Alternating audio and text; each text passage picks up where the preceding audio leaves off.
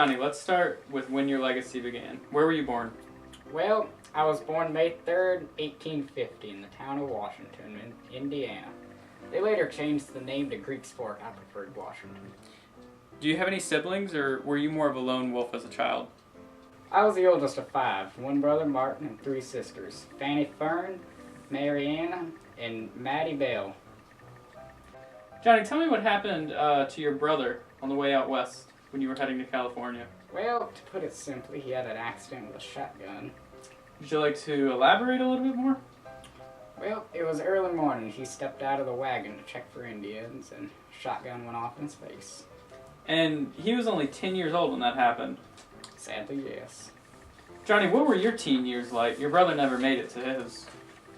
I was a bit of a drunk and a juvenile delinquent. When did you leave your family? Around 1870. What was your first run-in with the law? Well, it was when I was in Burnett, Texas, around the end of December. I was shooting a pistol in the public square and had a warrant for my arrest by the end of April and was released on bond. So Johnny, can you explain what the Hoodoo War was? Well, it started over cattle ownership between German settlers in the Mason area and American men who lived in nearby counties. It didn't help that the Germans helped the North in the Civil War, and it quickly escalated to a blood feud. And how exactly did you become involved? Well, in September 1875, my close friends Moses Biard and George Gladden were told by James Chinley they were wanted for some reason in Mason. They rode into the town and an ambush was waiting for them, led by Sheriff Mason. Moses was killed and George was wounded. Moses was a very popular man in the area, and men from all over were ready to fight. September 25th, 1875, me and 7 other men rode to Chinley's house and killed him.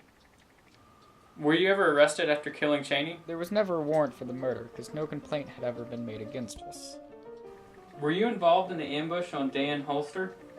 Well, I was not, but Scott Conley and John Baird was. Were you arrested for the ambush? In December, I was arrested based on disturbing the peace, but got on bond. Okay, Johnny. Did you ever have a nickname? Well, I was called Ringo by some newspapers, and later on called King of the Cowboys. Do you know when or where that started? Well, Ringo started in local newspapers, and no one really knew where it came from. It did help with the confusion of my true identity all throughout my life. King of the Cowboys came along after I hooked up with the Cowboys gang. Is it true you once killed a man just for not having a drink with you? Well, not entirely. I wanted Hancock to take a drink of whiskey, and he refused, saying he would much prefer a beer. Struck him over the head with my pistol and shot at his head. It hit him just under his ear, but didn't kill him. What would you say made you into a legacy and a legend? It wasn't one moment that made me a legend, but it was mostly the stories that spread about me, true or not.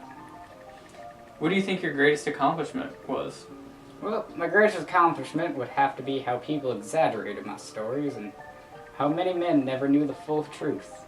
Most of my life was a big mystery. If you could go back in time, what would you want to do over? Well, I would say I would like to go back and make more of the story of my teen years known, but I think the mystery has become too big. How do you think people will view your accomplishments? I think there will be a great deal of mystery on some of the events, and it will expand into the legend. Do you think your story will ever come back and become popular? Well, I think one of the movie makers will make one of the moving pictures about me. Where, when, and how do you think you will die? I think I'll die from someone getting revenge, and don't think people will ever know how it happened. Do you want to know how you die? Yeah, I would. You were found dead on July 14th, 1882, at a tree by a teamster. You'd been shot in the head, but no one knows exactly who did it. The legend of Johnny Ringo never dies.